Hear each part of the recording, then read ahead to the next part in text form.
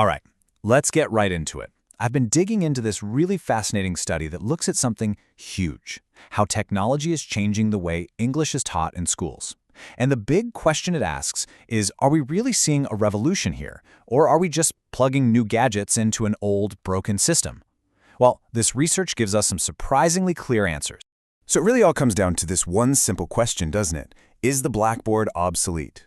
For what, 100 years or more, the blackboard, the textbook, the teacher at the front of the room, that's been the picture of what a classroom is.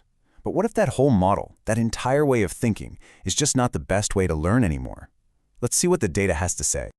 So, the first thing this study does is lay down a pretty bold claim. The old way, the way most of us were probably taught, is failing. It argues that these traditional methods are actually creating huge problems in the modern English class, and it's leading to students who aren't just struggling, but are totally checked out. And this slide really gets to the heart of the issue. The old model basically treats the student like a passive recipient, an empty bucket that the teacher just pours information into. But the new way, the one powered by technology, flips that completely. It turns the student into an active learner, someone who's actually in the driver's seat, building their own understanding. And here's the nitty-gritty of what's going wrong. We're talking about a system that's still leaning on blackboards and dusty old textbooks. It's all teacher-centered, meaning they just talk at you. The goal isn't really to understand the material. It's just to replicate it, memorize and repeat. And the result? You guessed it, boredom and a total loss of motivation. And that boredom, well, it's not a small thing. This number is just staggering. The research found that a whopping 80% of students are unhappy with these old-school teaching methods. When 4 out of every 5 students in a classroom are disengaged, you don't just have a small problem. That's a system that's fundamentally broken. Okay, so if the old way is on its last legs, what's the solution? Well, the study points to a tech-powered answer. And it's important to see this not just as, adding some iPads to the mix. It's about a fundamental shift, a complete rethink of what a classroom even is. Now, before we go any further, let's be clear on what we mean by technology here. It's not just about the gadgets themselves. The study defines it as the innovative application of a whole ecosystem, the methods, the tools, the materials, all working together to help students hit their learning goals. It's the whole shebang. And when you look at the benefits, wow, they're pretty hard to argue with. It makes learning interesting again, which tackles that boredom problem head-on. It helps students actually understand things in the moment. And crucially, it teaches them to be self-sufficient and gives them access to, well, pretty much the entire world's library of information, not just a single textbook. Okay, so this all sounds great in theory, right? But here's the big question. Does it actually work in the real world?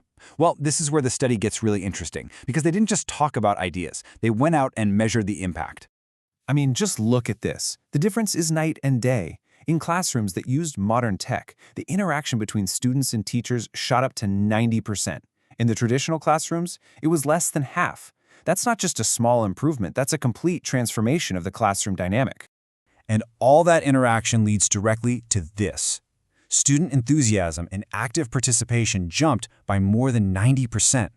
We're going from classrooms of students who are just physically there to classrooms where they are mentally present and actively taking part in their own education. So, the million-dollar question, does all this excitement actually lead to better grades?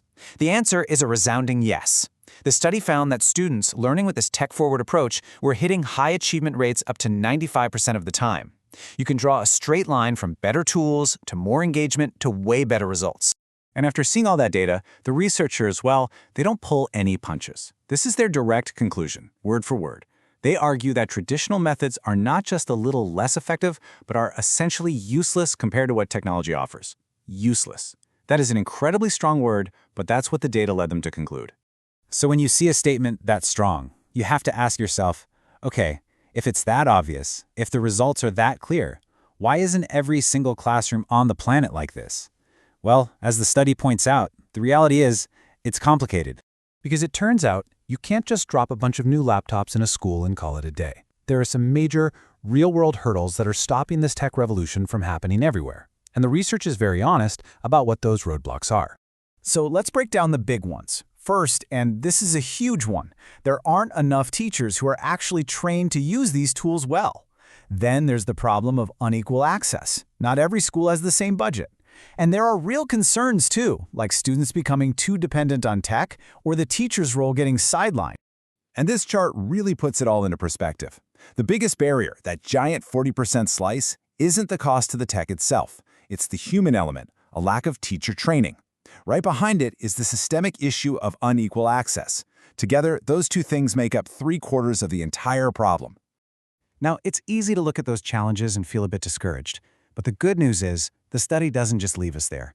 It actually offers a very clear, very practical roadmap for how we can overcome these hurdles and start building that classroom of the future. And here it is, a 5-step plan to make this happen. Number 1, it all starts with giving teachers the training they desperately need. Then, number 2, it's about adopting fully electronic curriculums. 3 is the big one, making sure schools actually have the gear and the internet access. 4 is key too. We have to train the students to use this stuff right.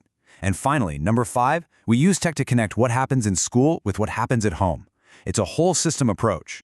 And that brings us to the final thought, really. The research is crystal clear. The technology is here. The data shows it works.